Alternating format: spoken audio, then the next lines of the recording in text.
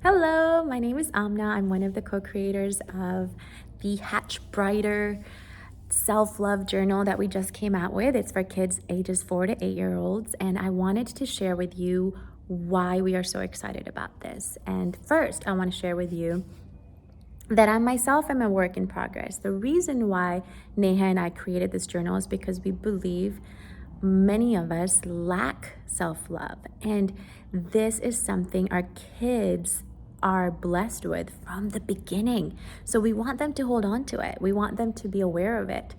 There is this programming that's done through culture and society and communities that makes us feel that self-love is selfish, right? If you take care of yourself first, if you say no to something that you shouldn't say no to, it's all selfish. And what happens when we do that is we externalize love. So let me give you an example. It took me forever to make this video for you because I realized that I have images in my head of what a good video looks like. It should have a certain background. I should look a certain way. And it made me prolong me making the video. And then I challenged that autopilot programming and said, no, I can make a video and just be me. And that's okay because I love myself. But it didn't come to me automatically.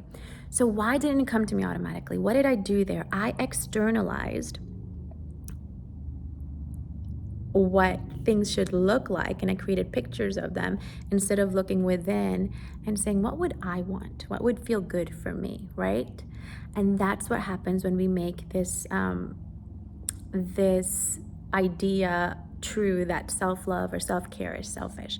What happens then is we start looking elsewhere and we start comparing, and we notice other people's greatness before our own. We notice other people's Instagram videos or Facebook videos that are better than ours, and we no longer are aware of our own magnificence. And what's crazy to me is that we're not born this way.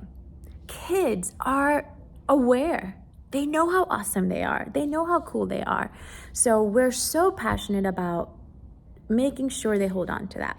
So in this journal, what I want to highlight that we teach in Kids Speak, which means we break down complex adult topics into things that kids can understand. So we talk about boundaries. We talk about intuition.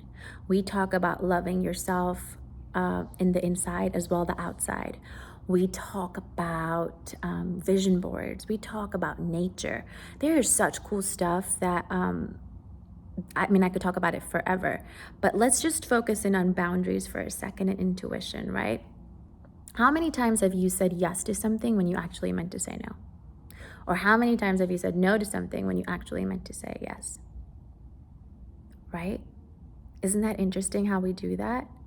How cool would it be if we could live in a world where you could just say your truth respectfully and it'd be okay? You could say, hey, I don't feel like seeing you today just because I don't feel like it, but I'll try next week.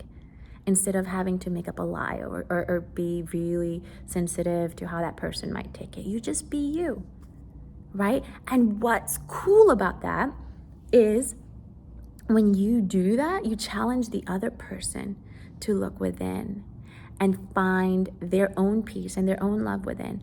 And it becomes this organic, beautiful thing that happens in the world where people start standing up for themselves and loving themselves and being able to express their boundaries. And for kids, that may look like, hey, I don't want a hug.